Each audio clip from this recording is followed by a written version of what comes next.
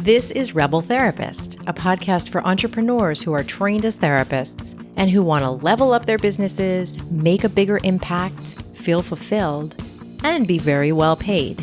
I'm your host, Annie Schusler. Hey there. Before I jump into talking about taking a sabbatical, I want to invite you to get on the wait list for Create Your Program. This is an 8-week process to expand beyond private practice. You're going to go from having an idea or maybe a whole bunch of ideas to actually launching your pilot program. And that pilot program, that high quality pilot program, is the first step to creating a thriving business beyond private practice. This is a small group experience where you're going to get a lot of brave work done in a supportive group of driven and open-hearted entrepreneurs like you. It's designed to have you launching your paid program at the end of our time together or really soon after. And folks are usually really surprised at how much support they get from me and from the structure of this experience. And they do things like write compelling sales pages, finally clarify a great niche, reach out and get support from colleagues in spreading the word about their work, identifying a price that they feel really excited and confident about, and lots of other things that they didn't know how to do. We have weekly live calls with the small group and with me. We have introvert office hours where you get to submit a question to me at any time, including like 3 a.m, and I answer all your questions really thoroughly in a recording 2 times a week.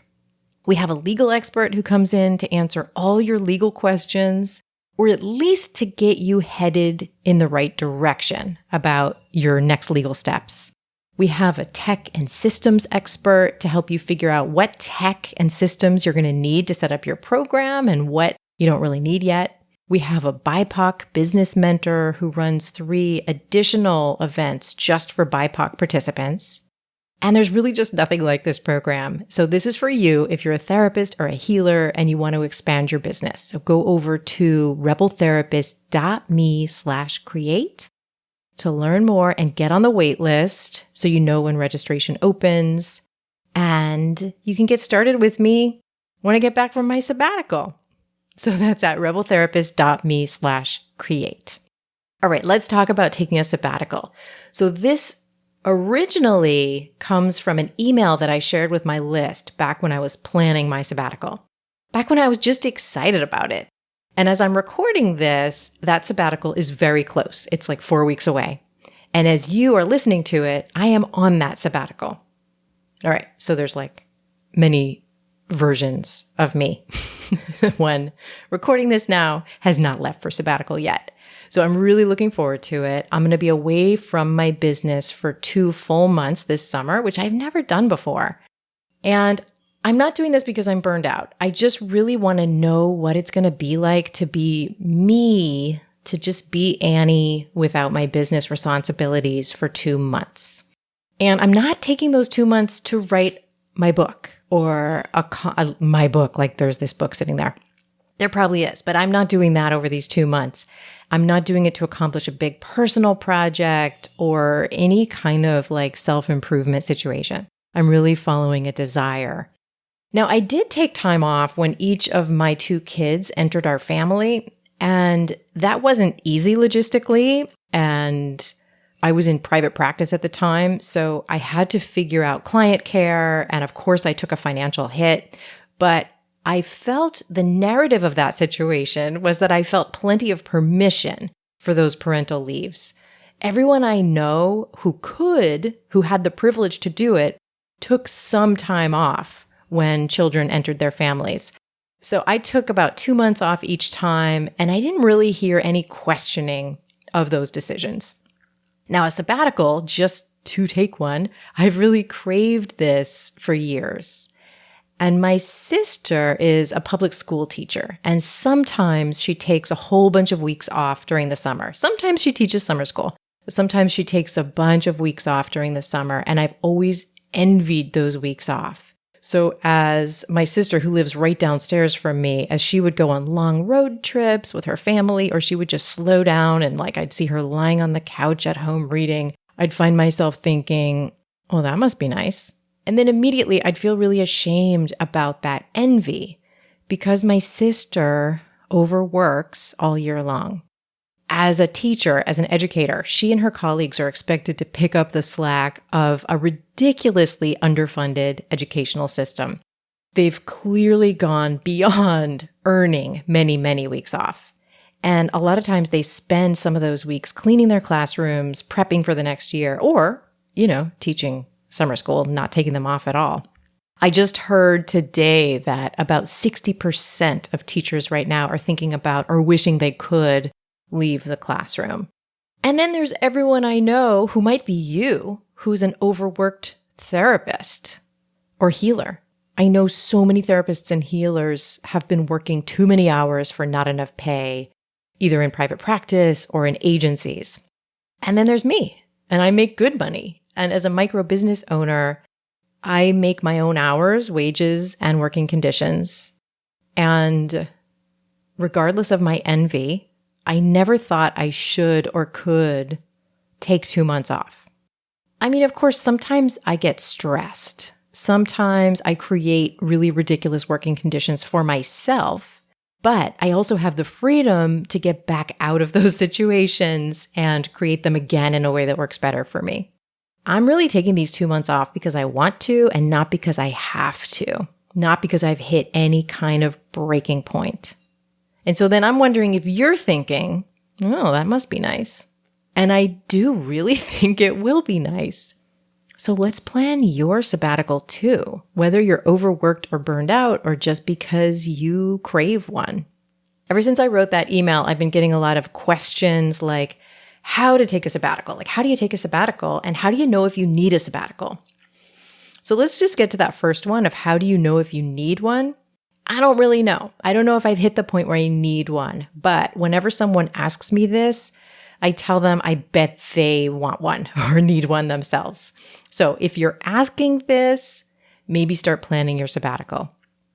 I just so strongly believe that we are not only here to be productive, we are here to be. But I can get into how do you take one? So there's some things I did well so far in getting ready for this sabbatical, and there's some things I didn't do that well. So I'm going to talk about both of those, and maybe I'll also take this as a little bit of an accountability to do better over these next 4 weeks before I go. So some things I did well. I planned it out really far ahead of time, like a year ahead of time. So this meant blocking it out on my calendar and knowing what big things I would have to start not saying yes to, even when they were tempting. And it meant that I could plan my programs to not be running, obviously, while I'm away, because I'm really running my programs when I'm running them. I gave a lot of notice to everyone who this would impact. And, no surprise, everybody's going to be okay when I'm away for 2 months. And I'm taking my family with me, so they're going to be okay. I set the expectation that I would be fully away. And mostly that's about setting the expectation with myself that it's not, all right, a slowdown, doing this and that during the 2 months. No, it's really a fully away sabbatical. And I think setting that expectation was really important. And then there's the financial side. So I use the Profit First system. So, from the book Profit First. So I knew I had built up enough money in my expenses account, my business expenses account, and my taxes account, and really importantly, my owner pay account to do this so that I can keep paying myself while I'm away. Another thing I think I did well was I didn't wait for the time when everything would kind of magically fall into place. I made it happen. I think paying attention to why you want to do this and then holding on to that is really important. I think that helped me a lot. And my why, as I mentioned, is that I really crave this and desire this. And I knew I wanted to see what it would be like. I still want to see what it's going to be like. Okay, I'm going to get into the things that I've kind of messed up and that I'm now dealing with. And, they just don't look that pretty.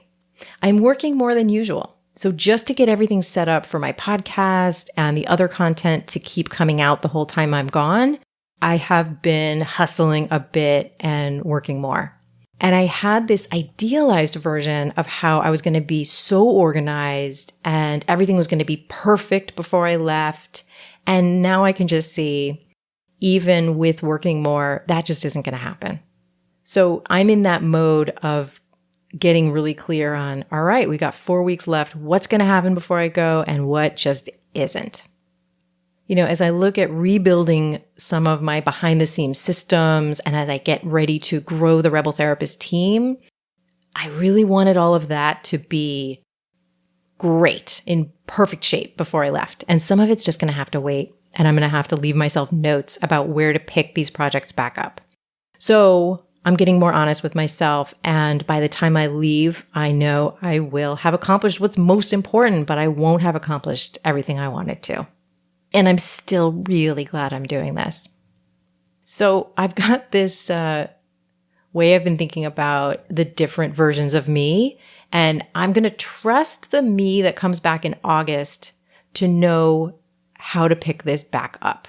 And I'm going to leave that future Annie a ton of instructions just in case she needs them, just in case she kind of can't figure out what's going on.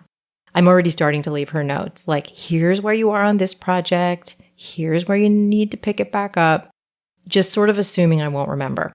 And I'm getting a couple of weeks ahead on content for her, for future Annie, so that when she comes back in August, she doesn't have to just start scrambling immediately. So I know that next time I get ready for an extended vacation or sabbatical, I'm going to be better at it. I'm just going to understand the rhythm of it better. A couple of my business best friends just this week were reminding me, this, just like anything you do for the first time in your business, this really takes practice. And so good on you for doing it. And I agree with that. All right, now let's get back to you. I want to know what you crave. Is it a sabbatical? Is it something else?